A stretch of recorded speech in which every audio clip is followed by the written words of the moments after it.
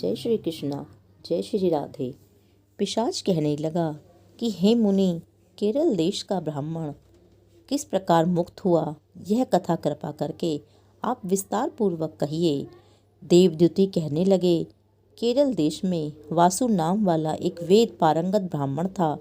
उसके बंधुओं ने उसकी भूमि छीन ली, जिससे वह निर्धन और दुखी होकर अपनी जन्मभूमि त्याग कर देश विदेश में घूमता किसी व्याधि से ग्रस्त होकर मृत्यु को प्राप्त हो गया। उसका कोई बांधव न होने के कारण उसकी औधर्व वैदिक क्रिया नहीं हुई और न ही उसकी दाह क्रिया हुई। इस प्रकार क्रिया के लोप होने से निर्जन वन में प्रेत होकर चिरकाल तक फिरता रहा। शीत, ताप, भूख प्यास के दुख से हाहाकार करता हुआ वह नंगे शरीर रोता फिरता था, परंतु उसको कहीं सद्गति नहीं दिखाई देती थी। सर्वथा दान न देने से वह अपने कर्म फल को भोगता था। जो लोग अग्नि में आहुति नहीं देते, भगवान का पूजन नहीं करते, वे आत्मविद्या का अभ्यास नहीं करते, अच्छे तीर्थों से विमुख रहते हैं। जो लोग दुखी लोगों को स्वर्ण, वस्त्र, तांबूल, रत्न, फल तथा जल नहीं देते तथा छल कपट से जीविका प्राप्त करने वाले, दूसरों तथा स्त्रियों का धन हरने वाले, पाखंडी, कुटिल, चोर, बालवृद्ध तथा आतुर और स्त्रियों पर निर्दयता करने वाले, आग लगाने वाले, विष देने वाले, झूठी गवाही देने वाले, कुमार्ग पर चलने वाले, माता पिता, भाई बहन, संतान तथा अपनी पत्नी का त्याग करने वाले, जो सब तीर्थों में दान लेते हैं, पालन करने वाले, स्वामी को त्यागने वाले, गौर तथा भूमि के चोर, वेदों की निंदा करने वाले, वृथा दुरोह करने वाले, प्राणियों की हिंसा करने वाले, देवता गुरु की निंदा करने वाले, यह सभी बारंबार प्रेत, पिशाच, राक्षस तथा बुरी योनियों में जन्म लेते हैं। अतएव बुरे कर्मों से बचकर धर्म के कार्य तथा यज्ञ, दान और तप आदि करने चाहिए, क्योंकि कर्म फल अवश्य ही मिलता है। इस प्रकार प्रेत की गति देखकर पाप कर्म कदापि नहीं करने चाहिए। ब्राह्मण कहने लगा कि इस प्रकार उस केरल ब्राह्मण ने उस पर्वत पर अधिक समय व्यतीत करके एक मार्ग में एक पथिक को देखा, जो 2 गगरियों में त्रिवेणी का जल लिए हुए था। आनंद पूर्वक भगवान के चरित्र का गान कर रहा था। प्रेत ने उसका मार्ग रोककर कहा कि तुम डरो मत, इस गगरी का जल मुझको पिलाओ, नहीं तो मैं तुम्हारे प्राण ले लूँगा।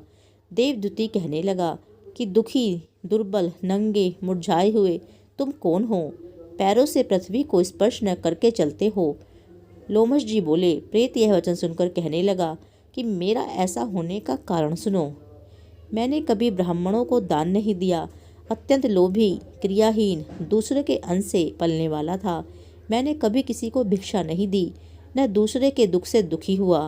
प्रासे प्राणियों को मैंने कभी जल नहीं पिलाया।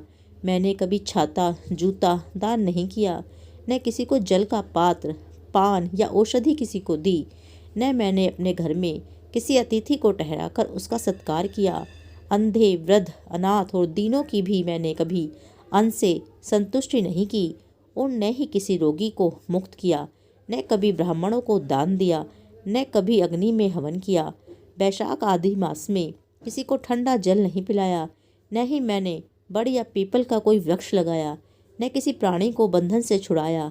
कभी कोई व्रत करके शरीर को नहीं सुखाया। इस कारण मेरा पूर्व जन्म सभी बुरे कार्यों में व्यतीत हो गया। मेरे पूर्व जन्म के कर्मों से ही मेरी यह गति हुई है। इस वन में व्याघ्र, भेड़िए से बचा हुआ मांस तथा जंतुओं के खाने से गिरे हुए फल, वृक्षों पर लगे हुए सुंदर फल तथा झरने का सुंदर जल सभी मिलते हैं, परंतु देव इच्छा से मैं कुछ भी नहीं खा सकता। सर्प की तरह केवल पवन भक्षण करके जीवन व्यतीत करता हूँ।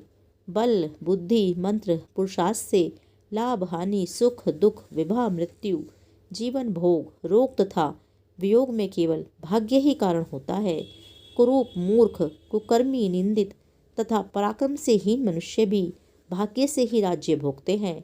काणे, लूले, लंगड़े, नीतिहीन, निर्गुण नपुंसक भाग्य से राज्य प्राप्त करते हैं। पर्वत पर भी बलवान राक्षस पिशाच रहते हैं। जिनमें से कभी कभी कोई कोई कहीं कहीं वन में फिरते हुए अपने कर्म के अनुसार अन्न जल प्राप्त करते हैं, परंतु आपको उनका भय नहीं होना चाहिए, क्योंकि धर्मात्मा पुरुषों की उनकी पवित्रता ही रक्षा कर देती है। ग्रह नक्षत्र देवता सर्वथा धर्मात्माओं की रक्षा करते हैं। यह पिशाच आप जैसे भक्त की तरफ आंख उठाकर भी नहीं देख सकता।